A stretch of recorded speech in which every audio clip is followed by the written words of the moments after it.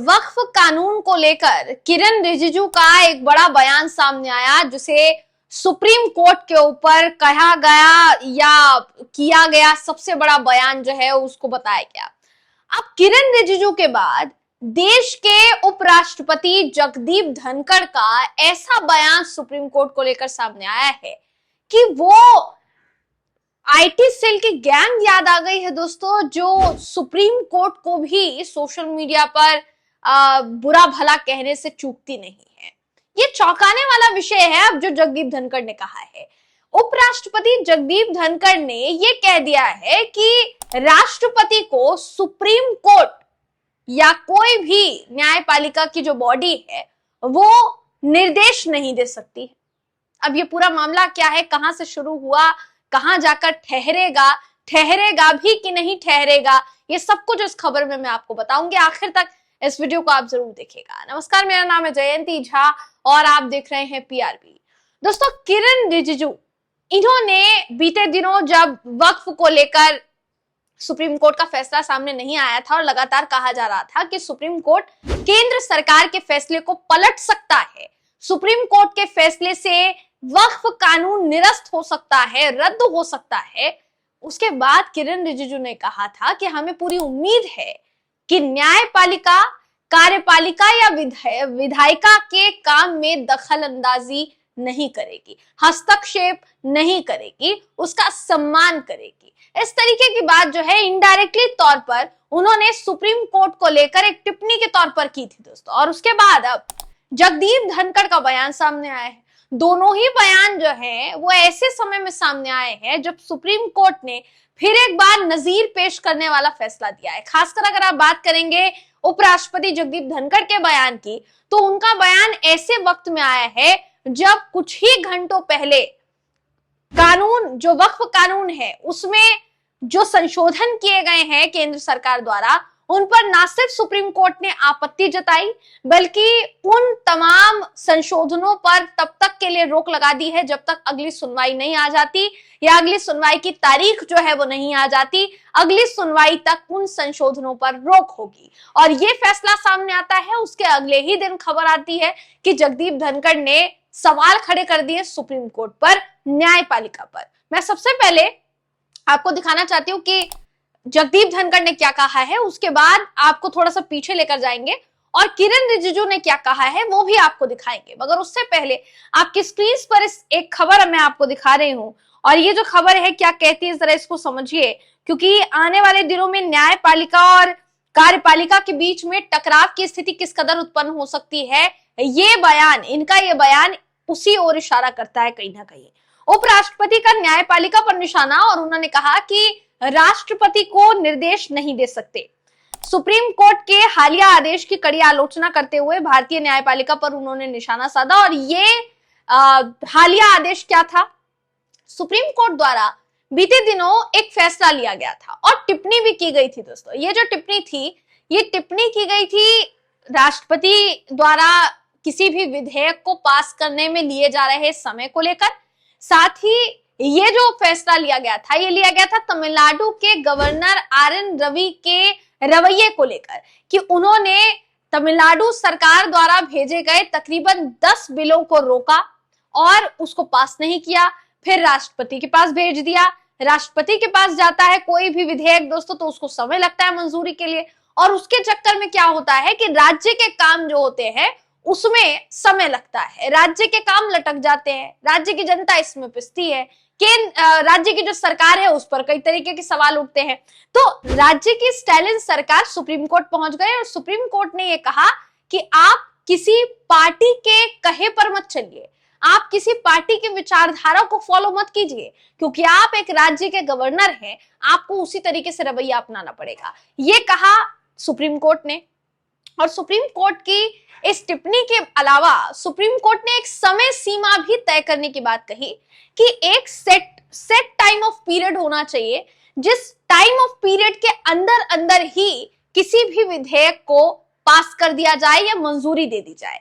अब इसके लिए अगर राष्ट्रपति के पास भी कोई विधेयक जाता है तो राष्ट्रपति को भी इस पर थोड़ा सा सोच विचार करना चाहिए कि जितनी जल्दी हो सके उस विधेयक को जो है मंजूरी दे दी जाए। ये किसी तरीके का हस्तक्षेप के तौर पर नहीं कहा गया सुप्रीम कोर्ट की तरफ से।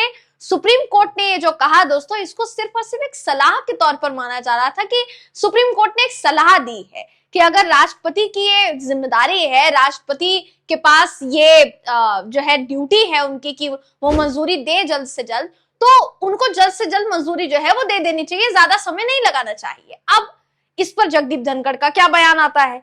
जगदीप धनखड़ के बयान को लेकर फिलहाल बवाल मचा हुआ है। सुप्रीम कोर्ट के इस जो फैसले पर, जो फैसला मैंने अभी आपको बताया, उस फैसले पर जगदीप धनखड़ देखिए क्या कहते हैं।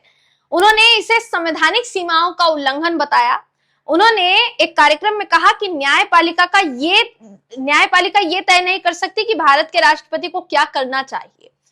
ये संविधान के मूल ढांचे पर हमला है।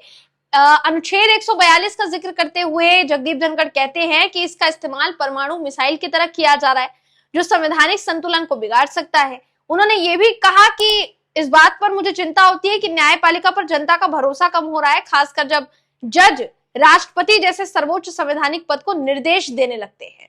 यानी आप एक बात को समझिए कि जब सुप्रीम कोर्ट द्वारा ऐसे मामलों पर फैसला सुनाया जाता है जो मामले केंद्र सरकार के हित में है, या जो मामले सरकार द्वारा लाए गए, संज्ञान में लाए गए और उस पर सुप्रीम कोर्ट का फैसला आना बाकी है, चाहे फिर वो राम मंदिर का मुद्दा हो, चाहे फिर वो 370 का मुद्दा हो, ऐसे कई मुद्दे जिस पर सुप्रीम कोर्ट ने फैसला भी सुनाया और वो फैसला नजीर बनकर पेश हुआ। दोस्तों, जब जब ऐसे फैसले सुनाए गए तो सुप्रीम कोर्ट की आलोचना नहीं हुई, लेकिन सुप्रीम कोर्ट द्वारा अगर किसी गैर भाजपा शासित राज्य के गवर्नर को फटकार लगाई जाती है ये कहते हुए कि आप बिल में, विधेयक में कहीं ना कहीं देरी लगा रहे हैं, तो फिर आलोचना शुरू हो जाती है सुप्रीम कोर्ट की।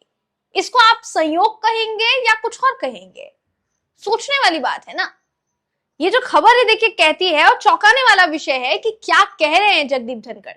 सुप्रीम कोर्ट का यह आदेश उन याचिकाओं के जवाब में आया था जो तमिलनाडु और केरल जैसे राज्यों द्वारा, गैर भाजपा शासित राज्यों द्वारा दायर की गई थी, जिसमें उनका कहना था कि भाई राज्यपाल के पास हम बिल तो भेजते हैं, राज्यपाल के पास विधेयक तो भेजा जाता है मंजूरी के लिए, कानून बनाने के लिए, योजना बनाने के लिए, लेकिन उस जितने समय सीमा में उसको आ जाना चाहिए उतनी समय सीमा में वो आता नहीं है।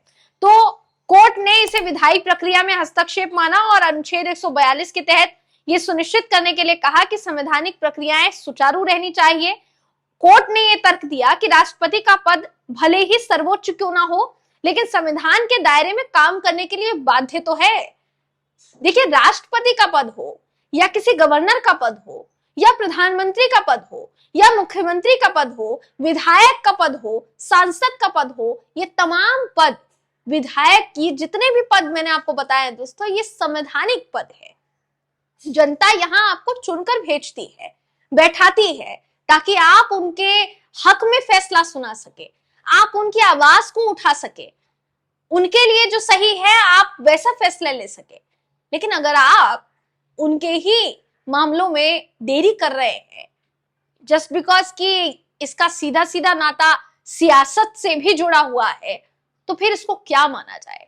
सुप्रीम कोर्ट ने यही तो कहा कि आप एक संवैधानिक पद पर है, बेशक बहुत सर्वोच्च पद है, प्रथम नागरिक माना जाता है देश का राष्ट्रपति को, और वही राष्ट्रपति का पद जो है उस पर विराजमान है हमारे देश की राष्ट्रपति माननीय राष्ट्रपति द्रौपदी मुर्मू जी।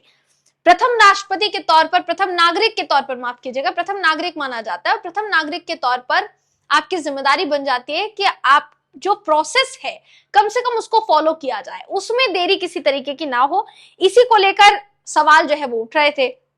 अब धनखड़ ने ये कह दिया कि कार्यपालिका के किसी भी काम में न्यायपालिका को हस्तक्षेप नहीं करना चाहिए। बीते दिनों किरण रिजिजू का एक बयान सामने आया था दोस्तों, जिसमें किरण रिजिजू ने क्या कहा ये तो मैंने शुरुआत में आपको बताया, मगर आपको बहुत संक्षेप में बता देती हूँ कि उन्होंने क्या कहा था।